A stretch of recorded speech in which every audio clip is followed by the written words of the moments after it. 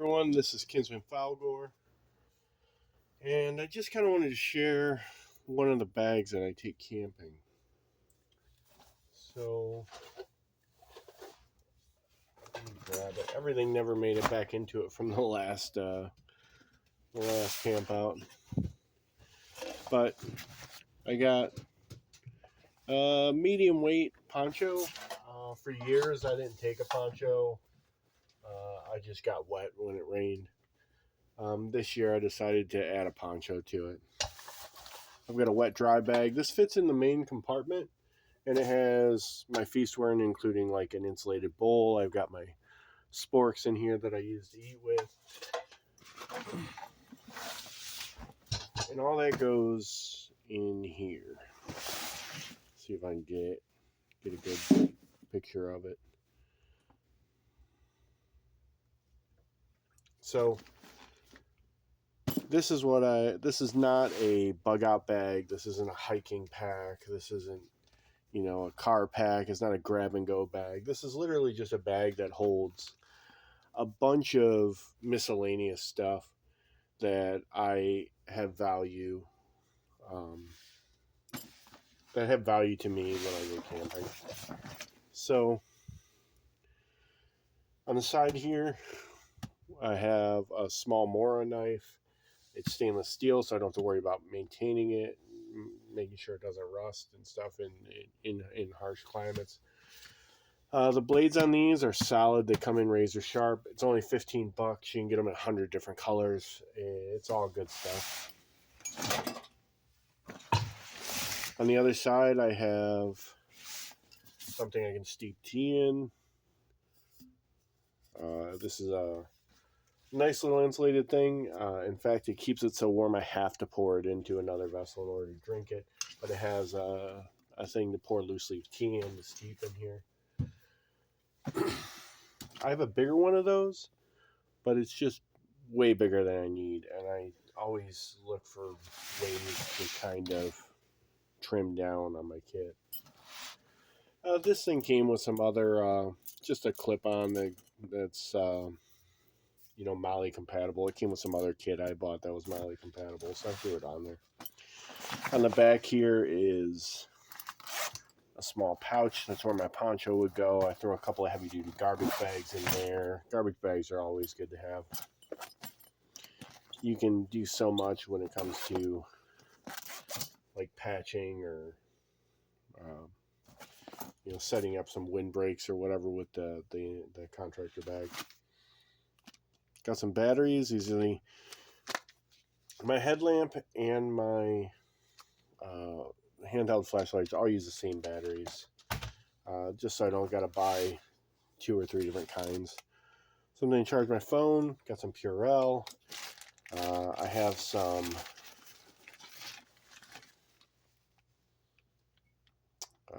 lip balm. The multi-pack of lip balm in there in case I need it.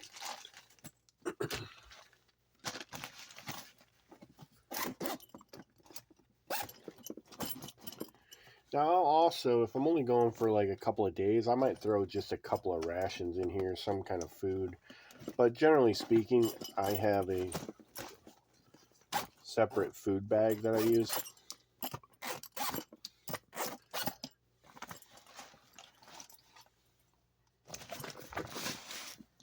So I got a rune set in here. Of course, that's not exactly needed for everyone. I got a pair of work gloves, got some sleep aids here.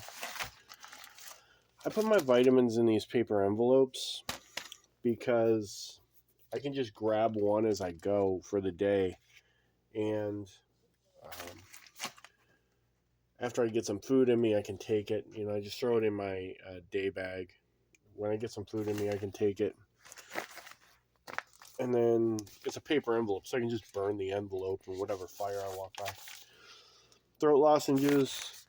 When I don't take those, I regret it. There's a lot of yelling or my allergies act up and, leach down into my throat, causing a sore throat. Got some loose leaf tea. Some individual packs of sugar. In here I have liquid IV.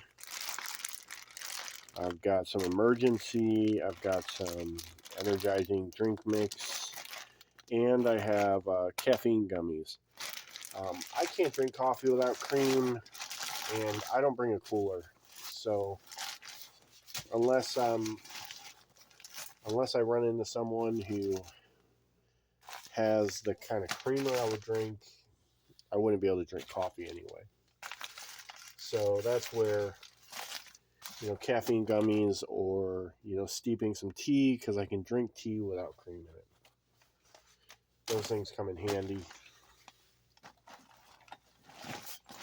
And there are various other things I might cram in here, like the energy waffles or whatever you can get from Bee Stinger. I think it might just be called Stinger. So now we're getting into the main part of the bag.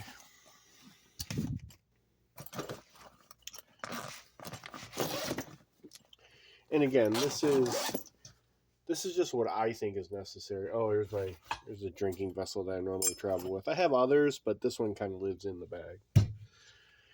The drinking vessel and the other feastware fit in this pocket. But you're not necessarily going to bring the same things I bring. This is just what I bring. You might find some other things to be necessary. Or you might think, hey, you're bringing way too much. You don't need all that stuff. And I'm not going to say you're wrong. But this is what I feel comfortable bringing. Let's see, we have something to boil water in. I've got low travel stove here, low travel folding stove. The fuel tanks aren't in here. I'll cram one in here before I leave. This is the original emergency stove I was planning on using. I never had to use it. And I'm told these tablets kind of stink. So I carried this around to a few events. Never had the need to use it. But I decided to just trade up to the one that requires propane or whatever. Got a little lighter in here. And that's all that's in that kit. Now, I'm definitely thinking about ways to start trimming some of this down further. This kit's going to get revamped because obviously it has redundancy in there that's not necessary. Here's my fire kit. This fire kit is overkill. Like, if you can't start fire with this, then you just don't get fire. I've got a kit that is much smaller than this that I'm going to be putting together. I already have the bag for it. I'll do a side-by-side on some of this stuff when I end up replacing it. This is my ouch pouch. I call it an ouch pouch because it's not a trauma kit. This is it has stuff to rinse your eyes out if you get something in them. It has some pain patches to throw on, some big bandages, tape, cortisol cream, triple antibiotic, a flashlight. But I've got Benadryl in there in case I get stung, that kind of thing. This is like I said, I usually call it an ouch pouch or a boo-boo bag. It doesn't have a tourniquet in it. I'm thinking about I haven't needed that in over 20 years. I've been LARPing for over 20 years now. So, but I'm thinking about putting together more of a trauma bag just in case. But then that's one of those things. If you put it in there, then you need to develop the skills to use it, And I have first aid and CPR training, but I'm no field medic. So if I were to put that in there, I would have to take a class or train myself how to use it in some way. But I'm willing to do that. So that might be something I look into. This is a little miscellaneous survival bag that I keep this in both of my main bags. And it's the same thing in both of them. So I have a power bank with a charging cable in there. And I usually get These are fairly inexpensive. I get like 2 charges out of each of them, but if you look through my kits, I keep one on my person at all times. I keep one in my clothing bag, and I keep one in this bag. Then inside we have, you know, an emergency blanket, some paracord, knife, there's a whistle down in there, flashlight, glucose tabs, lighter, some resin impregnated rope for fire starter, got a small ferro rod, ibuprofen, Benadryl, I've got an antacid in there. And like I said, I have 2 kits that are exactly the same. If I decide to go for like a walk through the park or something, through the metro parks here, I might grab one of these, throw it in my haversack or my messenger bag, whatever you want to call it. It's just a bunch of little convenient stuff to have. These tools don't get, the tools in this bag don't get a whole lot of use just because someone else usually takes care of it. But you know, they're good to have, and you can't rely on everyone else to be prepared for you. So I have this hatchet. I mean, it's a straightforward hatchet. It's nothing special. It's just one I had laying around, so I threw it in the bag. And then I have this folding saw, and this folding saw looks pretty new because it is. But I have another one of these that's exactly the same that I've been using around my house for yard work. For trimming up some branches on small trees and stuff like that. I'm not sold on that design, but it works. I know it works. I've tested it, and that's an important thing. If you're going to be taking something on a trip, you have to have either done a ton of research on it to make sure that you're doing it right, or that the tool is going to hold up, or you have to test your tools, right? You don't want to go on a camping trip and realize there that, oh no, this tool is garbage, I'm not going to be able to use it. You got to test it out before you go. So while that saw in particular, that specific saw, hasn't been used much, I have used that exact brand of saw and design of saw a bunch around my house, and it works pretty okay. And it's only $10. So for the price point, it works amazing. For how much I need it, it's fine. I am looking at upgrading several things in this bag, though. And one of them's a saw. I'm already trying out some different knives. I know which bushcrafting knife I want because I want something a little thicker than this. This is great. It's a great cutter carver. But it's also, one, this is a stainless version, so I don't have to worry about it rusting. But the back is rounded off. It's not going to throw a spark. It's got a full Scandi grind on it, and it's sharp.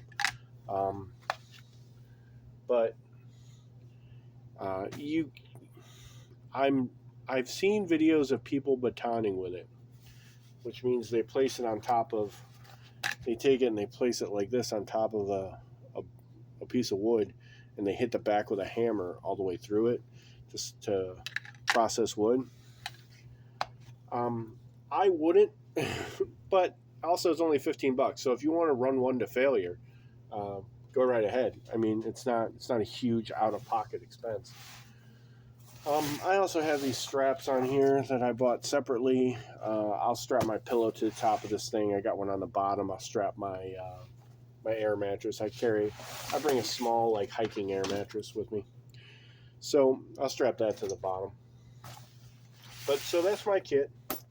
I like it. I know it looks like I'm trying to be tactical or like paramilitary or something by carrying this thing, but it's just great because you can strap stuff all over it. So, I'm not really that guy, but I mean, it's practical. Also, if you really wanted to use it, this bag also comes with a waist strap. I just have mine kind of tucked in because I'm a big dude, and this thing doesn't really fit me that well because I'm such a big dude. So I can't use the strap super effectively. So I just tuck it in. I'm not going to cut it off or anything. But the bag was fairly cheap. I think it was maybe $35. It's a solid, good weight bag. So I'm fairly happy with it.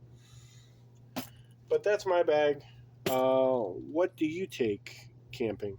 Go ahead and tell me how I'm wrong. Just hop on there and be like, hey, you're way over prepared, or you don't have nearly enough stuff. Like, this is what I would take. I would take, a pickup truck full of this stuff. Because I'm interested in what you guys think is necessary when you go camping.